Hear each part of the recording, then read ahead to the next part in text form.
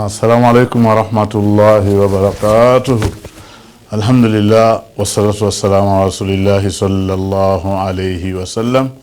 Allahumma la ilma lana illa ma 'allamtana fa'allimna ma yanfa'una wanfa'na bima 'allamtana wa zidna ilman nafi'an amalan salihan innaka ala kulli shay'in qadir.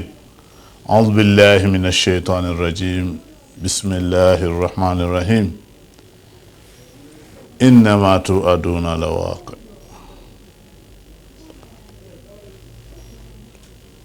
Bakadde baffe ne basseruganda abantu fenna ababeera ku lutimbe lwaffe programu eno ey'obulungamu Salam TV tugenda maaso n'okubeera nga twanukula ku ekyo ekibuuzo ekirina ennyingo essatu ekikulu nga kiyamba nnyo obulamu bw'omuntu. Nkakasa abantu bangi bongedde okubeera nga bazuukusa ebirowoozo bassaayo okutegeera n'okufumiitiriza olwa ansa eziva mu bibuuzo bino ebisatu. Byebuuzo byaffe bye tubuuza bulijjo ti ensi eno bukyanga ebaawo n'olwaleero n'enkya ne tekinologi ne bwe yeeyongera obukugu buli lwe bujja ansa zino zeetaagisa kubeera nga tufuna ntuufu. Min aina ji'na wa limaadha ji'na wa ila aina almasir. Ti amange twava wa okujja wano mu nsi. Wa limaadha ji'na ate era mu nsi muno twajja kukola ki? Nsonga kyenkulu. Wa ila aina almasir, nsonga eyokusatu titulagawa oluvannyuma lw'obulamu buno bwe tulimu olwaleero.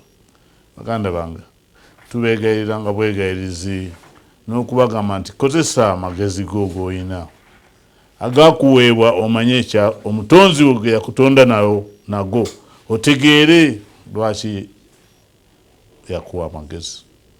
Ansa tuziddamu mu bumpi ate ne tuziddamu mu buwanvu. Mu bumpi twatondebwa butondebwa eyo gye twava. Omuntu ayasooka Allah gwayogerako nti wabada khalqa al-insani min tin, yatandika okutonda omuntu ayasooka mu ttaka. Omuntu ayasooka yatondebwa butondebwa. Abalala ne tujja nga tuzaalukuka mu sisitimu nga bwemanyiddwa okuva emyaka mingi era nga bwekyagenda. Suratu Nisaa ekinnyonnyola oyo ayatutonda era eryo erinnya lya mulimu. Olw'okuba nga twatondebwa butondebwa ayatutonda gy'ali ate nga alina ekigendererwa lwaki yatutonda era eryo erinnya ne limubeera nga limukalako. Agamu ku mannya ge gatera nnyo okuwunzikira ku kigambo ekyo eky'omulimu ogwo gwe yakola. Omutonzi ayatonda. Kati twajja tutya? Mutonzi yatutonda era yatutonda lwaki? Naye mu maaso tugenda tukiraba buli kiseera buli kiseera. Baganda bange yatutonda ye mutonzi. Huwa Allahu al-Khaliq al-Bari al-Musawwir. Agamanya galinga ana. Lino erya Allah lyeddene edisobola okubuutikira wonna, erina amakulu agataggwamu. Huwa Allahu, omutonzi wammwe ye Allah al-Khaliq, akola ekikola ky'okutonda. Omutonzi ddala yatutonda. Kati bw'oba omuntu abadde anoonya banaye twatuuka tutya wano okubeera nga tuli mu nsi, twatondebwa omutonzi waffe. Al-Bari, era omutonzi ayatandikawo embeera nga teyaliiwo. Omuntu yatandikibwawo kutondebwa nga teyaliiwo, oba yateekawo embeera y'ensi n'ateekawo n'omuntu ala ghairi mithalin sabik, awatali kifaananyi kyonna kyakulembera okulabirako. Tibanga yandibadde bw'ati nga kiri bwe kyali bwe kiti, yanditondeddwa bw'ati nga kitonde gundi bwe kyatondebwa bwe kiti. Nedda. Abasigadde be bano abagenda bayigirira kukola obugologoosi, kukola ddole, ebifaananyi ebyo ebifaana bwe bito nga balabira ku muntu nga bw'aba yatondebwa. Naye Allah yatandika, Al-Bari yatandikawo omuntu n'amuteekawo. Al-Musawwir, oyo afaanaganya ateekawo ebifaananyi eby'abantu ab'enjawulo. Nolaba nga omuntu naye nga kino kyekifaananyi Allah kye yamulondera abeeremu. Noono n'abeera nga mu kifaananyi kino bano nga bafaanagana embeera yonna ebitonde ebimu nga bifaanagana ebitonde ebirala. Musawiro baganda bange, okumanya obumanya nti twatondebwa kituwa amaanyi okubeera nga tutandika okukozesa obwongo bwe tuzaaliddwa nabwo, okukozesa amagezi ge tulina agagenda gajja nga gakula nga tukyuka mu mbeera y'okukulaakulana. Amagezi g'omwana omuto si ge gamu n'ag'omuntu omukulu, era omuntu omukulu agenda ayongera okutegeera. Neno program bukyanga etandika eyongedde ku muntu okutegeera n'agamba gamba bino bisatu bikulu nnyo, bino ebisatu bw'obitegeera n'ofuna ansa zaabyo nga ntuufu bikuwa amaanyi mangi okubeera nga otuuka mu record book nga waliyo ensonga eyateekebwayo, oyina byewakulembeza ne bigenda, malayika ne zibiwandiika. Lwaki? Kubanga wamanya nti waliwo omutonzi oyo ayina ensonga. Afahasibtum annama khalaqnakum abatha, bannanga abantu bandirowoozezza mu ndowooza ey'obunafu afahasibtum annama khalaqnakum abatha, nti mazima nabatonda naye nga tewali kigendererwa. Wa annakum ilayna la turja'un, nti era nabatonda ne mubeera nga mubeera ku nsi ne mugejja ne musanyuka ne mulya ne munywa ne muzimba ne muvuga. Wa annakum, nti era mazima abatha wa annakum ilayna la turja'un, ti eno mazima mmwe eno gye tuli temugenda kudda. Kitegeeza nti tuddayo buzzi gye twava. Yatutonda n'atujja mu kubeera nga tetwaliwo, era kiseera kigenda kutuuka tubeere nga tuvaawo. Ennyonnyolanga nnyo mu kitabo kino Quran kye yatuma n'omubaka Muhammad sallallahu alaihi wasallam, buli yannyonnyolanga okutondebwa kwaffe nga oluusi amaliriza ayogera ku kuvaawo kwaffe.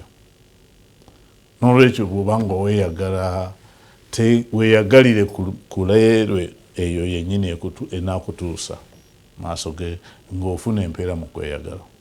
Bwe kuba kulya buuza olyaki, kunywa onywaki, byonna byannyonnyola ne biwandiikibwa ku nsi eno kwe twajja tubeere nga tuwangaala bulungi.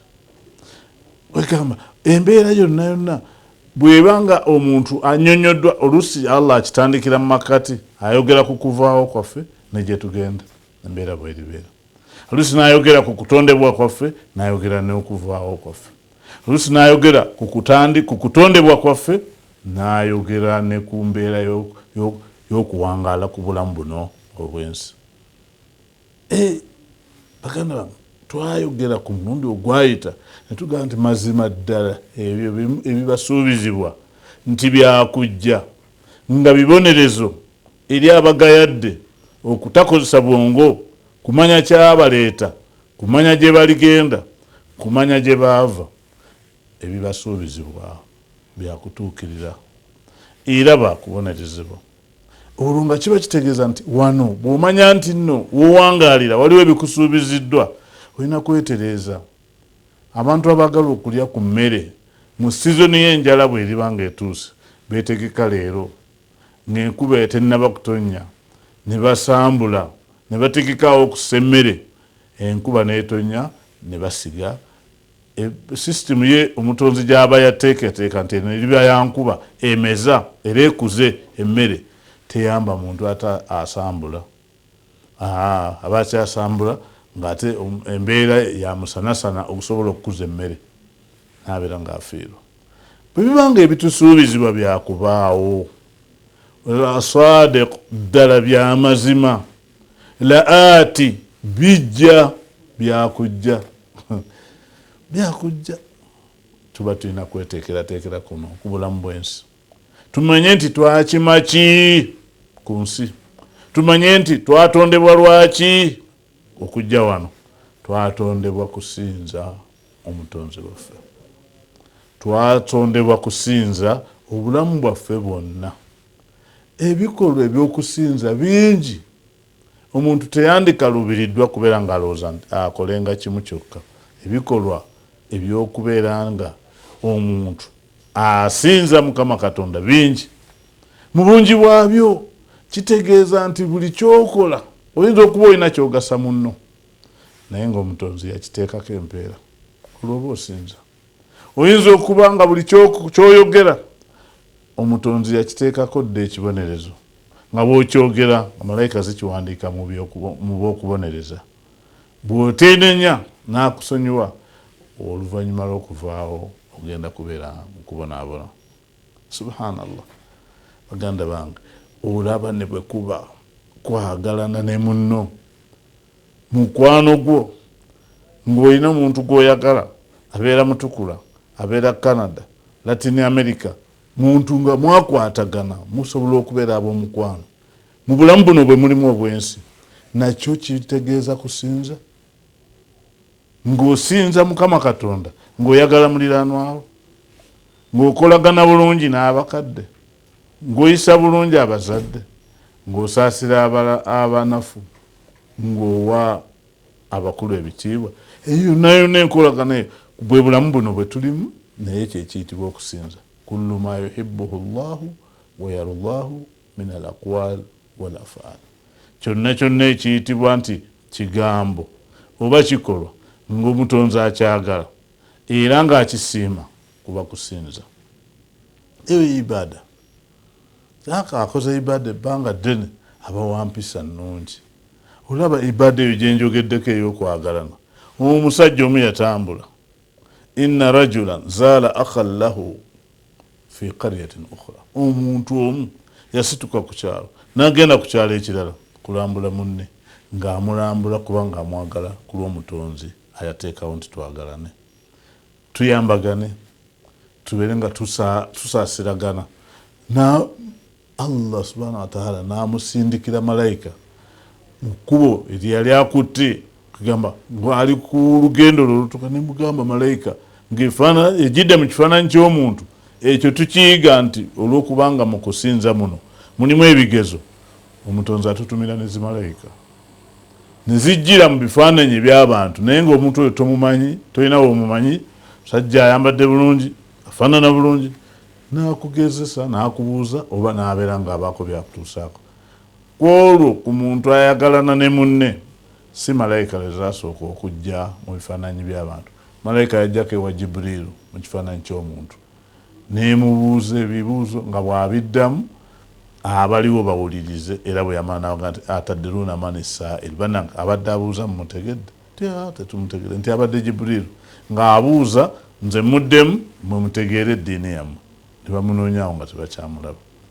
Malayika zajjako eri Nabbi Ibrahimu alayhi salaamu, ayali ayina ekyetaago eky'amaanyi kyasabidde ebbanga eddene ew'omutonzi we. Malayika ne zijja ne zimutuusako amawulire n'abeera nga agenda mu maaso. N'abalala bangi abazze babeerawo, naye ono zaamubuuza nti ogenda wa?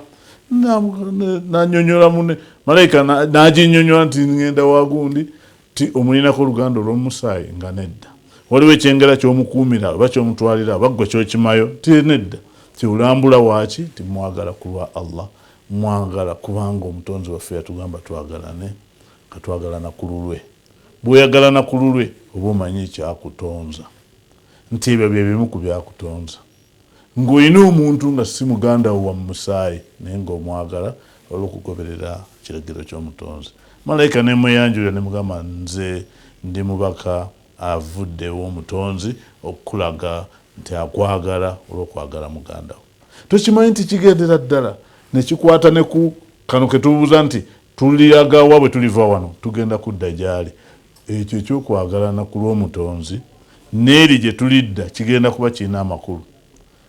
Nabbi sallallahu alaihi wasallam atutegeeza nti idha jamaa Allahu al-awwalina wal-akhirin, bw'aliba ng'akuŋŋaanyiza abaafa edda n'abaasookawo n'abaliwo kati bwe baliba bafudde n'abalijja oluvannyuma nabo bwe baliba bafudde mu lunaku lw'okuzuukira agenda kukuŋŋaanya abantu bonna fi sa'idin wahid, mu kifo kimu, ababuuze nti aina almutahabbuuna fiya, kale nze mutonzi wammwe baluwa abayagalana ku lwange? Omuntu yakigayaalirira. So nga nakyo kibalibwa mu kusinza, kubanga oba ogondera yatonda, oba ogondera yakuleeta wano, oba ogondera embeera eri kuyamba bw'olibanga omusinkanye. Aina almutahabbuuna fiya, naye nno baliwo abayagalana ku lwange. Aina almutahabuna lijalali, baliwo abayagalana ku lwokubanga ku lw'ekitiibwa ky'omutonzi. Abantu bagalanye ku lw'ebino ebirala ebya bulijjo. Ayagalana n'ono ku lwa ssente ziggwawo omukwano gufa.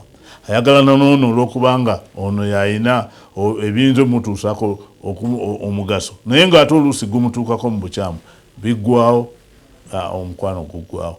Ayagalana n'ono olw'okuba mu mbeera eya bulijjo nemala n'ekyuka, biba biweddewo.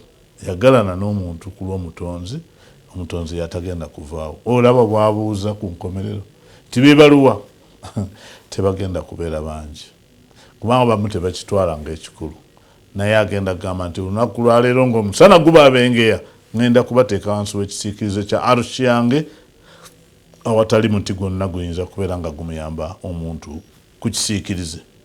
Olaba bwe kituuka paka ku nkomerero eri, era nga kigenda kuyamba. Tunulako ku sayidi endala yakyo.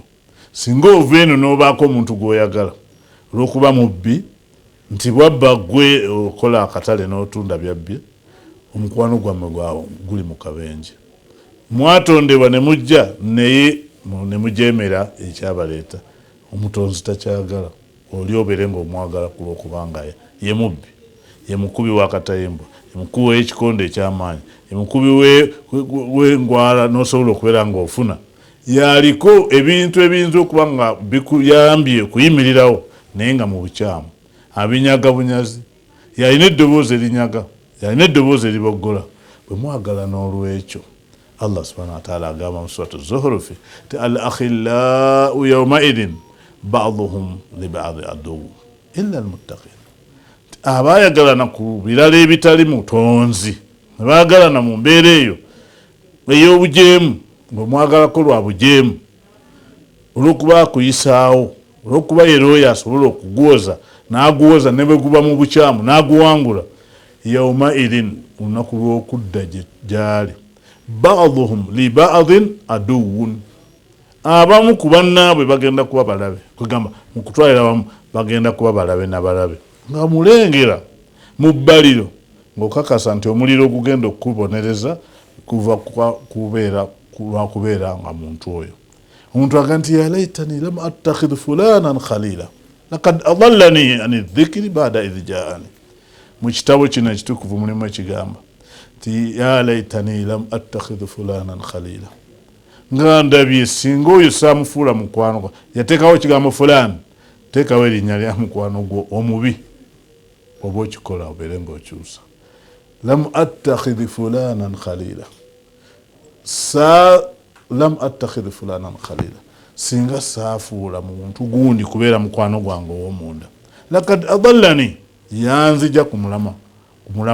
Lakad adallani ani dhikri ba'da idh ja'ani, yanzija ku mulamwa oluvannyuma lw'okubanga ate yansanga ntegeera tendereza omutonzi, yanzija ku mulamwa.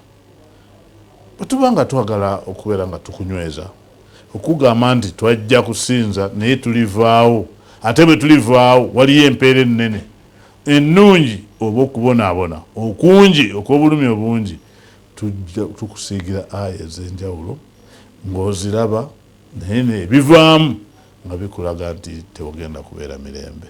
Twagala tubeere nga tukuddiramu ebibuuzo bino bisatu tulyoke tuwummulemu. Twavaawa okujja ku nsi kuno? Manya nti twatondebwa.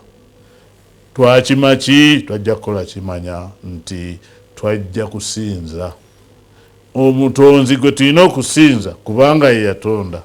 Iqra bismi rabbika alladhi khalaqa, soma ng'otandika n'erinnya ly'omutonzi wo oyo ayatonda. Ayatonda kikulu nnyo.